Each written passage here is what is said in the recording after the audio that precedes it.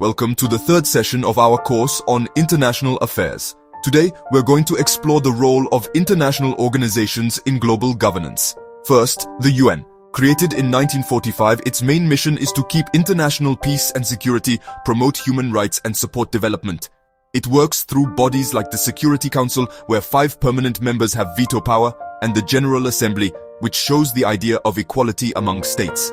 Its limits are in political roadblocks and the difficulty of making its decisions stick. Next, international financial institutions. The IMF makes sure global money stays steady and helps countries in financial trouble.